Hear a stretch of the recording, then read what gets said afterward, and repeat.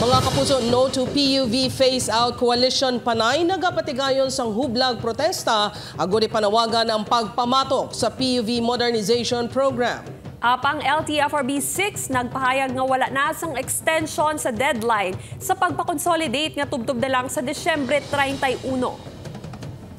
90% sa mga public utility vehicle o PUV sa rehiyon ang nakonsolidate na suno pa sa LTFRB 6. Yaring balita ang nitukan Kim Salinas live gikan sa MacArthur Drive, Haro, Iloilo City. Kim, anong update?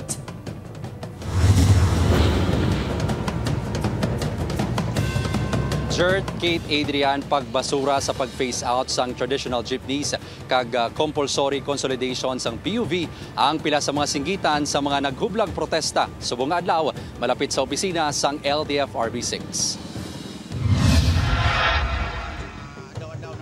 Sa sulod sang 14 ka tuig, ang pagpamasada sa dalan, ang palangabuyan ni Tatay Robert agud mabuhi sini ang tatlo ka mga kabataan nga lunsay naga-eskwela pa. Kaugalingon sini nga jeep ang iya ginabiyahe. Ganiamon na lang ang iya pagpamatok sa PUV Modernization Program. Tubtob sa December 31 na lang mahimo makapakonsolidate o kung magsulod sa kooperatiba ang mga driver kag operator. Ang kutob wala pa nakapakonsolidate kaangay kay Tatay Robert ang hindi na paghatagan sa prangkisa na makabiyahe sa pagsulod sa bagong tuig. Amo lang gid ni ang ginapangitaan ko nga ginabuhi ko sa akon pamilya ang pag-drive sa akon isa kabilog nga jeep. So ginapamalabagan gid namon nga hindi man ma-piece out ang amon nga tagsa ka mga traditional jeepney. Isa lang si Tatay Robert sa mga nagugyon sa ginpatigayon nga hublag protesta sang No to PUV Phase Out Coalition Panay subong adlaw. Mag-camp out ang mga ini sa gwa sa opisina sang LTFRB 6 tubtob buwas. May ginaduhol nga box ang mga nagaprotesta sa mga nagalabay nga jeep sa paglaom nga makalikom sang kwarta bilang bulig sa ila kausa. Apang suno sa LTFRB 6, hindi na pag-i-extend ang prangkisa sang unconsolidated nga mga traditional jeepney. Suno sa LTFRB, ang mga wala na consolidate nga traditional jeepney umpisa sa Enero 1 ang mahimo pa nga makabiyahe sa dalanon apang bilang pribado na lang nga salakyan. Ang matabo sina nga if we are talking of the 90% nga consolidated na. So ang this 90% will continue to fly. Ang 10% nga wala na consolidate, hindi lang sila matagaan sa extension. So kung i-drop mo nga private, pwede ka pa yakadlagan sa dalanon. Only that you cannot function as a public utility vehicle. So wala siyang phase out. Oo, as private. Imo mo na cargo.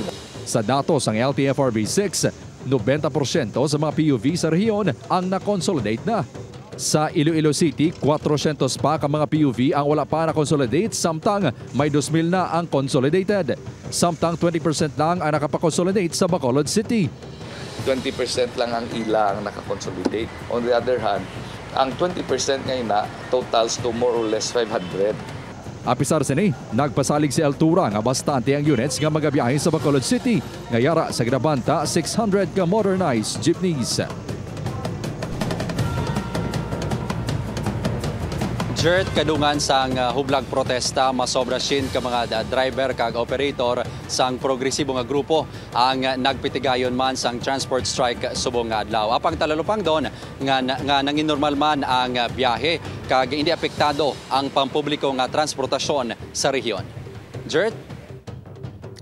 Salamat sa update, Kapuso Kim Salinas.